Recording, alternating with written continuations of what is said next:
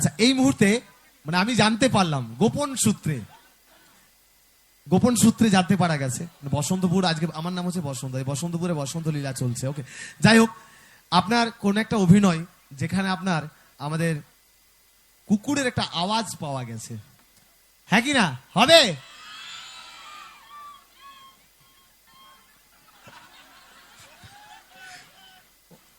কে রে ভাই? তুই চলে আয় স্টেজ টোতে। আচ্ছা, একদম একদম, আসো তো, যে করলে সে আসো, প্লিজ প্লিজ একবার আসো হোক না আজকের এই সুন্দর মহামিলন, একটা সময় কাটায়।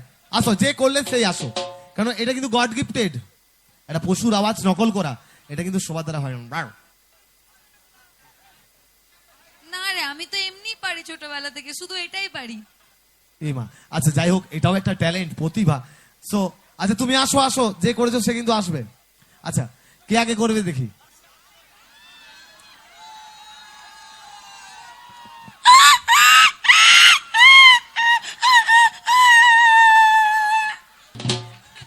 हाथे ताली हो गया एक बार।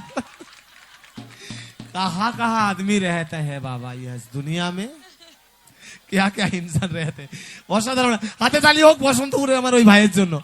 আচ্ছা, এবার আমরা রাঙামাটি দির কণ্ঠ থেকে দেখতে চাই কিভাবে আপনি করেছিলেন আমার জনসমক্ষে এতগুলো মানুষ। একই ব্যাপার, আমার কণ্ঠ থেকে বেরোক আর কুকুরের কণ্ঠ থেকে বেরোক। আচ্ছা যাই হোক, আমরা মানুষ, একটা পশু নকল করা এটা তো সবাই পারে না, 100 জন লাখেও হয়তো পারে না। আচ্ছা চলুন, লেটস।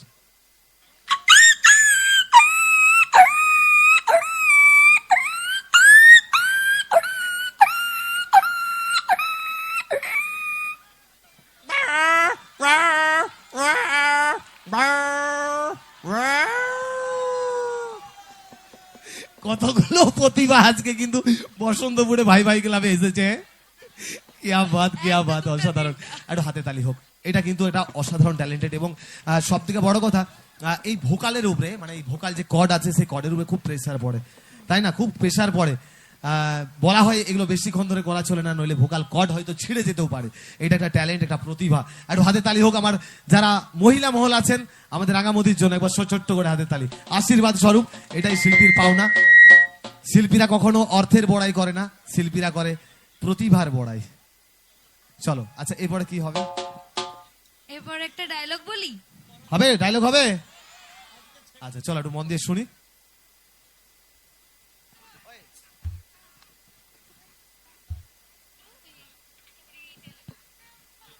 একটা স্লো মিউজিক, স্টোরি, একটা স্টোরি বলবে।